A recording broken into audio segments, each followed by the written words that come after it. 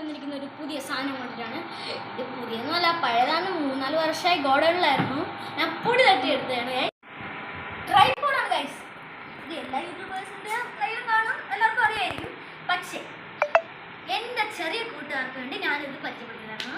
ഇവിടെയാണ് നമ്മുടെ ഫോണൊക്കെ വയ്ക്കാറുള്ളത്. നമുക്ക് ഇവിടെ അഡ്ജസ്റ്റ്മെൻ്റ് ഉണ്ട്. നമുക്കിത് റൊട്ടേറ്റ് ചെയ്യാം. ഇങ്ങനെ ഇങ്ങനെ ഇങ്ങനെ ഇതിനൊക്കെ റൊട്ടേറ്റ് ഒക്കെ ചെയ്യാം. അപ്പോൾ ഗൈസ് ഇതിന് 3 കാലുകളാണ് വരുന്നത്.